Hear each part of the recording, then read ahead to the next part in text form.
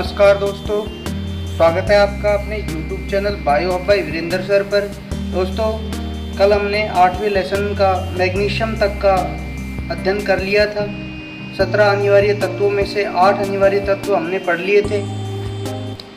बाकी जो बचे हुए 9 अनिवार्य जो तत्व हैं उनका अध्ययन इस वीडियो में हम करेंगे। जो साथी नए जुड़े हैं वो हमारे चैनल को लाइक, शेयर और सब्सक्राइब अवश्य करें। आज हम स्टार्ट करते हैं नेक्स्ट पॉइंट गंधक से। 9वां अनिवार्य पोषक तत्व हम स्टार्ट कर रहे हैं गंधक यानी सल्फर। हाँ भाई, गंधक या सल्फर मृदा से जो पौधे हैं वो किस रूप में? सल्फेट आयन के रूप में अवशोषित करते हैं। किस आयन के रूप में? सल्फेट आयन के रूप में अवशोषित करते हैं। वातावरण में सल्फर है वो सल्फर डाइऑक्साइड के रूप में पाया जाता है। जीवाश्मी ईंधनों का जब दहन होता है तो सल्फर डाइऑक्साइड का निर्माण होता है जो वायुमंडल में भी मौजूद रहती है। क्रूसीफेरी जो कुल के पौधे हैं जिसमें सरसों वगैरह आते हैं, क्रूसीफेरी कुल के पौधे, क्रूसीफेरी जो कुल के पौधे हैं, इन पौधों में तीखी गंध आती है। सरसों के तेल में आपने देखी होगी गंध आती है। नाकों के अंदर जैसे उसको सूंघते हैं तो नाक में एक जल्लाद टाइप में गंध लगती है हमें। तो उस गंध है वो सल्फर के कारण ही होती है। एक सल्फर का यौगिक है, उस सल्फर यौगिक के कारण जो सरसों कुल के पौधे हैं उनके अंदर गंध आती है। हाँ भाई, क्रूसीफेरी जो कुल के पौधे हैं उनमें गंध किसके कारण आती है? सल्फर के कारण। इसके अलावा लेग्यूमिनेसी कुल के पौधों में, कौन से पौधों में? लेग्यूमिनेसी कुल के पौधों में जड़ों के अंदर सल्फर, जड़ों में सल्फर युक्त मृदा के अंदर बो दिया जाए, युक्त मृदा में बो दिया जाए। किसको? लेग्यूमिनेसी कुल के पौधों को सल्फर युक्त मृदा में बो दिया जाए तो इनके अंदर गांठों का निर्माण, जो गांठ बनती है ना, वो गांठों का निर्माण अधिक होता है, यानी गांठें अधिक बनती हैं।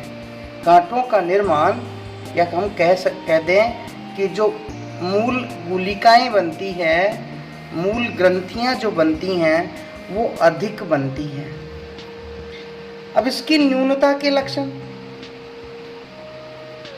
न्यूनता के लक्षण क्या क्या लक्षण है? हाँ भाई, एक तो हरिमाहीनता। हरिमाहीनता यानी पौधों में जो पर्णहरित है उसका विघटन हो जाता है, यानी हरिमाहीनता प्रकट होती है। दूसरा बात करें हम तो सल्फर युक्त एमिनो अम्लों की कमी हो जाती है। सल्फर युक्त एमिनो अम्लों की कमी हो जाएगी। इसके अलावा मोटी भित्ति वाले उत्तक, जैसे अपन बात करें स्क्लेरेन काइमा, जाइलम, कोलेन काइमा, इनके अंदर वृद्धि हो जाती है, यानी ये वृद्धि अधिक करते हैं। इसके अलावा पादप बोने रह जाते हैं। पादप कैसे रह जाते हैं? बोने रह जाते हैं। पादप बोने रह जाते हैं। देखो, सल्फर को पौधे सल्फेट आयन के रूप में मृदा से अवशोषित करते हैं। सल्फर है वो वायुमंडल में भी सल्फर डाइऑक्साइड के रूप में पाई जाती है। क्रूसीफेरी कुल के पौधों में जो तीखी गंध आती है वो सल्फर के कारण ही होती है। लेग्यूमिनेसी जो कुल के पौधे हैं उनको अगर सल्फर युक्त मृदा में बोया जाए तो उनमें मूल गुलिकाओं का निर्माण अधिक होता है। इसकी न्यूनता के लक्षण क्या है? हरिमाहीनता का प्रकट होना, सल्फर युक्त एमिनो अम्लों की कमी, और कोलेनकाइमा, स्क्लेरेनकाइमा और जाइलम जो ऊतक हैं, इन ऊतकों की जो कोशिका भित्ति है वो मोटी हो जाती है और पादप बोने रह जाते हैं। हाँ भाई, अगर आपसे कई बार पूछता है ये सरसों या क्रूसीफेरी कुल के पौधों में जो तीखी गंध आती है वो किसके कारण आती है, ये कई बार पूछा गया प्रश्न है। एलिल आइसोथायोसाइनेट के कारण, एलिल आइसोथायोसाइनेट के कारण ये गंध आती है। किसमें? सरसों में या क्रूसीफेरी कुल के पौधों में जो तीखी गंध होती है वो किसके कारण होती है?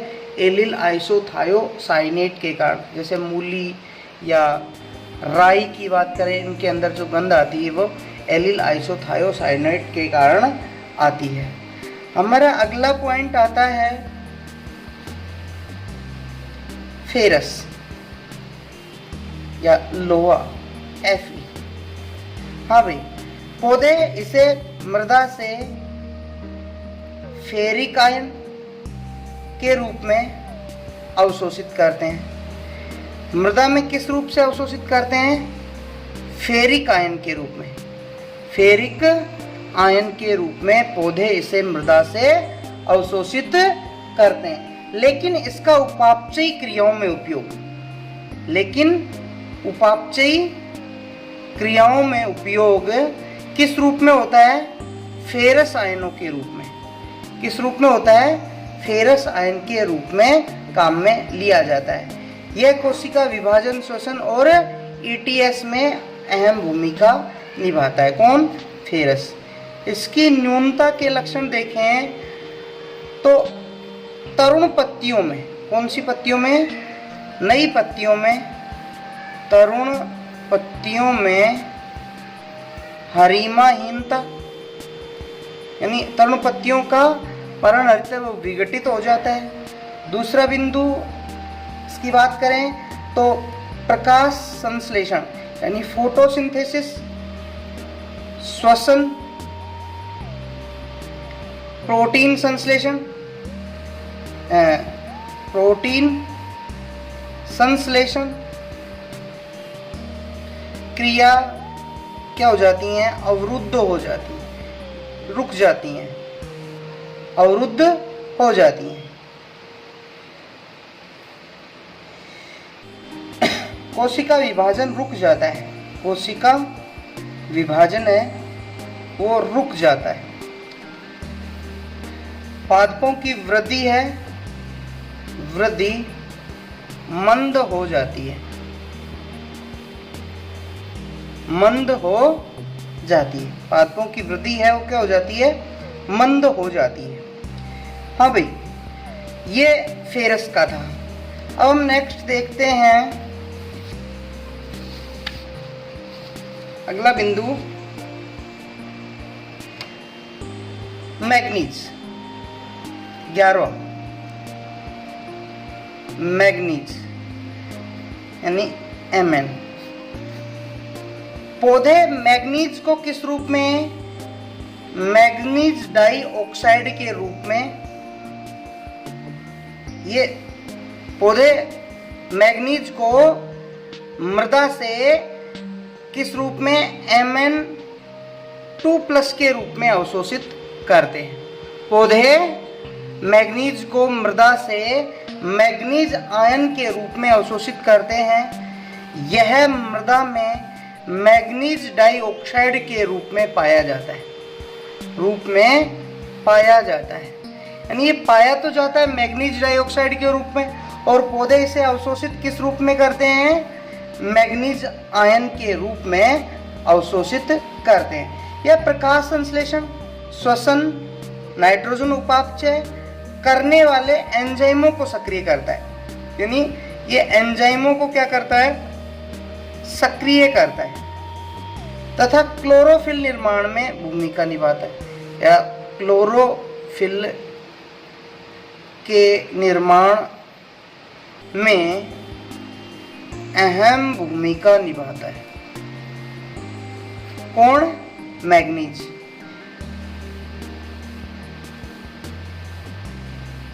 इसकी न्यूनता के लक्षण देखें। न्यूनता के लक्षण, हाँ भाई, तरुण व परिपक्व, दोनों प्रकार की पत्तियों में हरिमाहीनता। दोनों प्रकार की पत्तियों में क्या प्रकट होती है? हरिमाहीनता प्रकट होती है। इसके अलावा जड़ों का सीमित विकास होता है। सीमित विकास होता है। मैग्नीज की कमी से जई के अंदर, एक पौधा होता है जई का, जई के अंदर ग्रे स्पिक एक रोग है, ग्रे स्पिक, और मटर के अंदर Mars spot, Mars spot, Mars spot. जई में तो ग्रे स्पिक और मटर में मार्स स्पॉट रोग हो जाता है। अगर आपसे पूछे जई का ग्रे स्पिक व मटर का मार्स स्पॉट रोग किसके कारण होता है, तो आप क्या कहोगे? मैग्नीज के कारण। किसके कारण? मैग्नीज के कारण, या मैग्नीज की कमी से मटर का कौन सा रोग होता है?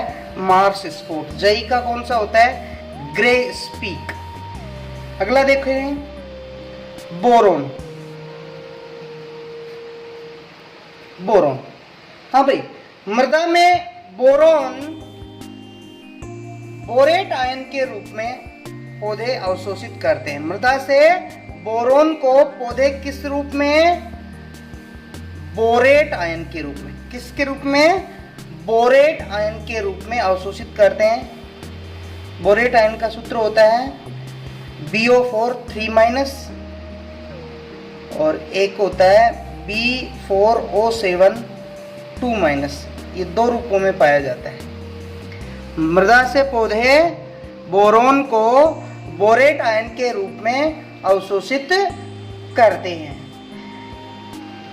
कई बार ये जो बोरेट आयन है वो कैल्शियम से क्रिया करके, कैल्शियम से बोरेट क्रिया करके कैल्शियम बोरेट का निर्माण करता है। क्या बनाता है? कैल्शियम बोरेट बनाता है। कैल्शियम बोरेट का निर्माण करता है, जो जड़ों द्वारा अवशोषित नहीं हो पाता। अतः अधिक कैल्शियम युक्त मृदा में उगने वाले पौधों में किसकी कमी होती है? बोरोन की कमी होती है। कई बार आपसे पूछता है कि अधिक कैल्शियम युक्त मृदा वाले पौधों में बोरोन की कमी पाई जाती है। क्यों पाई जाती है? क्योंकि बोरोन का जो आयन है बोरेट, वह कैल्शियम से क्रिया करके कैल्शियम बोरेट का निर्माण कर लेता है। कैल्शियम बोरेट को पौधे अवशोषित नहीं कर पाते, जिससे क्या होता है? पादपों में बोरोन की कमी हो जाती है। बोरोन है वो कार्बोहाइड्रेट के स्थानांतरण, पराग कणों के अंकुरण एवं कोशिका झिल्ली की कार्यशीलता को बनाए रखता है। अब इसकी कमी के लक्षण यानी न्यूनता के कारण क्या होते हैं? पत्तियां हरे गहरे रंग की मोटी हो जाती हैं। पत्तियां हरे गहरे रंग की वह मोटी हो जाती हैं, यानी मांसल हो जाती हैं। जो संग्रहकारी ऊतक हैं उनका विघटन हो जाता है, विघटन हो जाता है। इसके अलावा पुष्पों की संख्या में कमी आती है। पुष्पों की संख्या में कमी आ जाती है। किसके कारण? बोरोन के कारण। बोरोन मृदा में बोरेट आयन के रूप में पौधे अवशोषित करते हैं मृदा से। बोरोन है, उसके जो आयन बोरेट आयन है वो कैल्शियम से क्रिया करके कैल्शियम बोरेट बना लेता है। इस कारण अधिक कैल्शियम युक्त मृदा में उगने वाले पादपों में किसकी कमी पाई जाती है? बोरोन की कमी पाई जाती है। हाँ भाई, अपना नेक्स्ट आता है जिंक।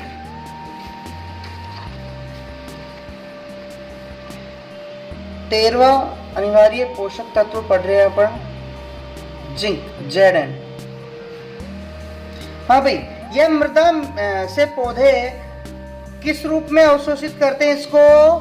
मृदा से जिंक को पौधे जिंक आयन Zn2+ के रूप में अवशोषित करते हैं।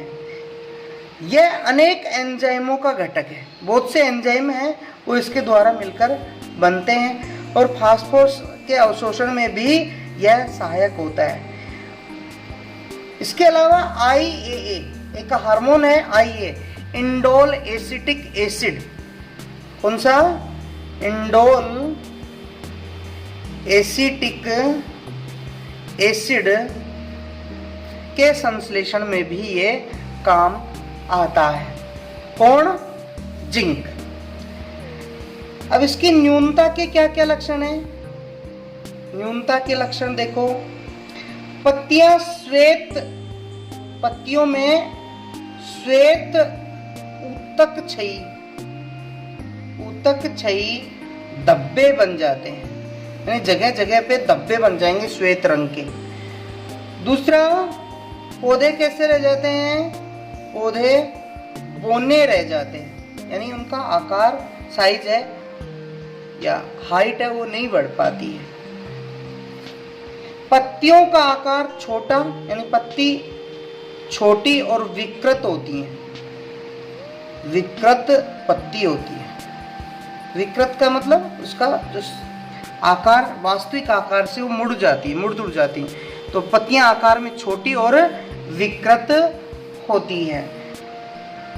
इसके अलावा फ्लोएम की जो कार्यशीलता है, फ्लोएम की कार्यशीलता घट जाती है।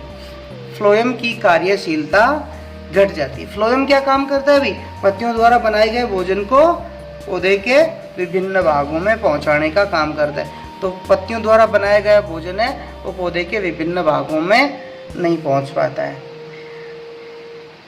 एक आपसे स्पेशल पूछता है कि जिंक की कमी से होने वाले रोग को क्या कहते हैं? जिंक की कमी से होने वाले रोग को, यानी पत्तियां कैसी हैं?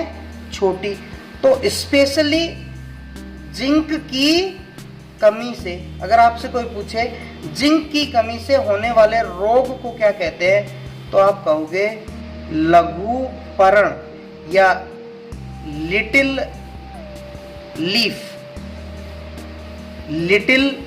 लीफ रोग। जिंक की कमी से कौन सा रोग होता है? लघुपर्ण रोग, यानी पत्तियां आकार में छोटी रह जाती हैं। अगला बिंदु, कॉपर यानी तांबा, Cu।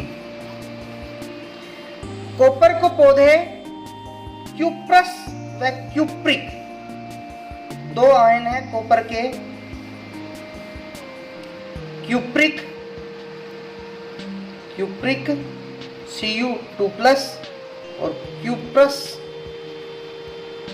Cu+, यानी पौधे मृदा से कॉपर को क्यूप्रिक व क्यूप्रस आयन के रूप में अवशोषित करते हैं। यह जो रिडॉक्स अभिक्रियाएं हैं उनके अंदर इलेक्ट्रॉन वाहक का कार्य करता है। कौन? कॉपर इलेक्ट्रॉन वाहक का कार्य करता है तथा प्रकाश संश्लेषण क्रिया में भी यह इलेक्ट्रॉन वाहक के रूप में काम आता है। इसकी न्यूनता के लक्षण देखें तो पत्तियां मुरझा जाती हैं, पत्तियों का मुरझाना, मुड़ना, शीर्ष का सफेद पड़ना, शीर्ष का सफेद पड़ना पत्तियों के, ये पत्तियों के ऊपर ये लक्षण है। इसके अलावा नींबू में तांबे की कमी से शीर्षारंभी रोग होता है। नींबू में तांबे की कमी से यानी कॉपर की कमी से कौन सा रोग होता है? शीर्षारंभी रोग। अब ये शीर्षारंभी रोग क्या है? शीर्षारंभी रोग के अंदर पौधा शीर्ष से जड़ों की ओर, यानी ये पौधे का शीर्ष है और ये पौधे की जड़ें, यानी शीर्ष से जड़ की ओर सूखना स्टार्ट कर देता है, यानी ऊपर से नीचे की ओर सूखता हुआ आता है पौधा। अगला हमारा आता है, देखें तो मोलिब्डेनम। मोलिब्डेनम, हाँ भाई, MO, मोलिब्डेनम। मृदा से मोलिब्डेनम को पादप है और मोलिब्डेनम आयन MnO2।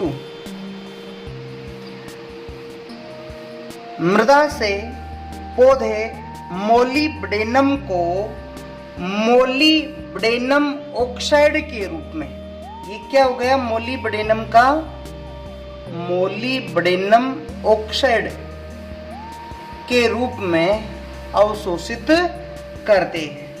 यह तत्व नाइट्रोजन स्थिरीकरण के एंजाइम है उनको सक्रिय करता है। क्या करता है? नाइट्रोजन स्थिरीकृत एंजाइमों को सक्रिय करता है।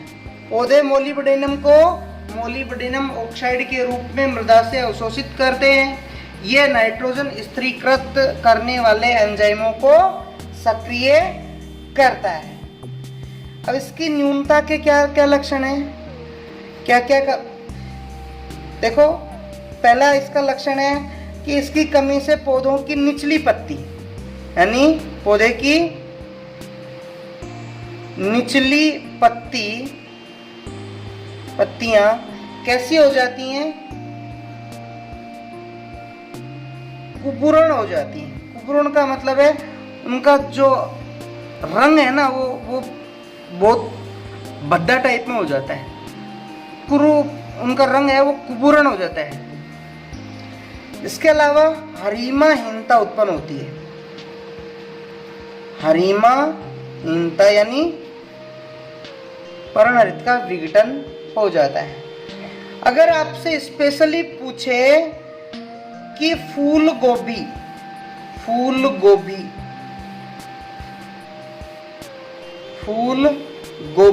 के अंदर एक रोग होता है व्हीप टेल। फूल गोभी का एक रोग है, कौन सा? Whiptail. ये जो व्हीप टेल रोग होता है वो किसकी कमी से होता है? मोलिब्डेनम की कमी से होता है। यानी फूल गोभी का व्हीप टेल रोग मोलिब्डेनम की कमी से होता है। इसके अंदर जो गोभी की पत्तियां, फूल गोभी की जो पत्तियां हैं वो विकृत हो जाती हैं। फूल गोभी की जो पत्तियां हैं कैसी हो जाती हैं? विकृत हो जाती हैं। अगर आपसे पूछ ले कि व्हीप टेल रोग किसकी कमी से होता है, तो आप कहोगे मोलिब्डेनम की कमी से। या आपको ऐसे पूछ ले मोलिब्डेनम की कमी से फूल गोभी के अंदर कौन सा रोग होता है, तो आप क्या कहोगे? व्हीप टेल रोग। व्हीप टेल रोग, इसके अंदर जो पत्तियां हैं उनका जो वास्तविक आकार है वो मतलब विकृत हो जाता है। अगला हमारा आता है क्लोरीन। हाँ भाई, Cl। पादप क्लोरीन को मृदा से chloride ion Cl- chloride ion के रूप में अवशोषित करते हैं। पादप क्लोरीन को क्लोराइड आयन के रूप में मृदा से अवशोषित किया जाता है। यह तत्व कार्बोहाइड्रेट, क्लोरीन है वो कार्बोहाइड्रेट उपापचय एवं विद्युत आवेशों के संतुलन में काम आता है। एक तो ये काम करता है कार्बोहाइड्रेट का उपापचय, कार्बोहाइड्रेट का उपापचय करता है एवं विद्युत आवेशों का संतुलन करता है। कार्बोहाइड्रेट का उपापचय और विद्युत आवेशों का संतुलन करने का काम कौन करता है? क्लोरीन करता है। इसकी न्यूनता के लक्षण देखें, न्यूनता के लक्षण हम देखते हैं तो क्लोरीन की कमी से पत्तियां कैसी हो जाती हैं? पत्तियों के अंदर चित्तकबरी हरिमाहीनता। चित्तकबरी हरिमाहीनता का मतलब क्या है? जैसे पत्ती है तो पत्ती में जगह जगह ऐसे धब्बे टाइप में बन जाएंगे और जगह जगह जो जहाँ पे जो धब्बे बनेंगे ना वहीं का पर्णहरित है वो विघटित होता है। इसे पूरी पत्ती का पर्णहरित विघटित ना होकर के जगह जगह एक तरीके से धब्बे टाइप में बन जाएंगे और उन धब्बों का ही पर्णहरित है वो विघटित होता है। इसे चित्तकबरी हरिमाहीनता कहते हैं। जो बाद में ये जो धब्बे हैं वो ऊतक क्षयी क्षेत्र में बदल जाते हैं, यानी ये धब्बे हैं यहाँ से सूख जाते हैं। अंतिम है हमारा अनिवार्य पोषक तत्व का निकिल, Ni। हाँ भाई, इसे 1988 में डाल्टन द्वारा अनिवार्य पोषक तत्वों में सम्मिलित किया गया। यह तत्व कोई भी जैव यौगिक का घटक नहीं, कोई भी जैव यौगिक नहीं बनाता और ना ही इसकी न्यूनता के कोई प्रभाव आज तक पौधों में देखे गए। यानी ना तो कोई जैव यौगिक बनाता है वह ना ही इसकी कमी के कोई लक्षण देखे गए। यानी इसकी कमी के आज तक कोई लक्षण भी नहीं देखे गए हैं। निकिल है वो यूरिएज एंजाइम का मुख्य घटक है। यूरिएज एंजाइम का ये मुख्य घटक है। कौन? निकिल है वो यूरिएज एंजाइम का मुख्य घटक है। इसलिए ऐसे संभावना है कि निकिल यूरिएज एंजाइम के निर्माण में काम आता है। निकिल है वो किसके निर्माण में काम आता है? यूरिएज एंजाइम के निर्माण में काम आता है। यह पादपों को निकिल आयन के रूप में प्राप्त होता है, Na2+ के रूप में प्राप्त होता है। हाँ भाई, तो ये हमारे अनिवार्य पोषक तत्व हो गए। 17 पोषक तत्व हैं जिनकी हम कमी के कारण या न्यूनता के कारण होने वाले कुछ लक्षण देखे हैं। अब देखो, अब नेक्स्ट पढ़ते हैं कि वे तत्व जिनके लक्षण, वे तत्व जिनके लक्षण पहले पुरानी पत्ती पे पत्तियों में और फिर नई या तरुण पत्ती में दिखाई दे। यानी वे तत्व जिनकी कमी के लक्षण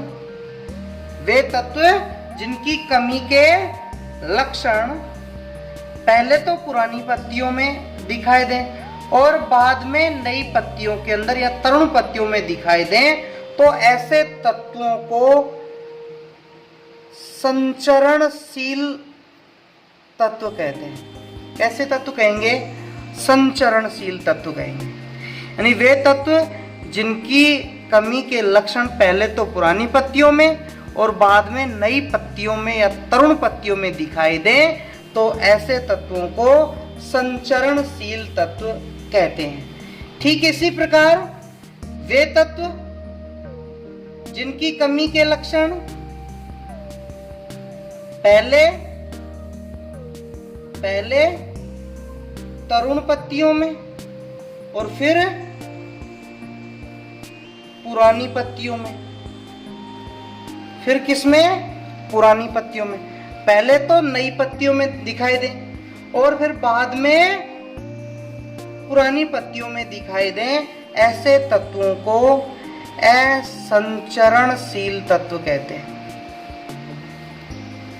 वे तत्व जिनके लक्षण पहले पुरानी में और बाद में नई में दिखाई दें तो संचरणशील, और जिनके पहले तरुण या नई पत्तियों में और बाद में पुरानी पत्तियों में दिखाई दें उन्हें असंचरणशील तत्व कहते हैं। असंचरणशील तत्व कहते हैं। हाँ भाई, इसे अपन संक्षिप्त में इस प्रकार से समझ सकते हैं। नंबर 1, जैसे अग्रस्त कलिका में न्यूनता के लक्षण प्रकट होना। किसमें? अग्रस्त कलिका में न्यूनता के लक्षण प्रकट होना। अग्रस्त कलिका में, पौधे की सबसे आगे की कलिका में ये जो न्यूनता के लक्षण है उनका प्रकट होना, ये कौन से तत्वों की कमी के कारण होता है? कैल्शियम और बोरोन की कमी के कारण होता है। अग्रस्त कलिका के अंदर न्यूनता के लक्षण जो होते हैं वो कैल्शियम और बोरोन की कमी के कारण होते हैं। दूसरा अपन ऐसे समझ सकते हैं कि प्रथम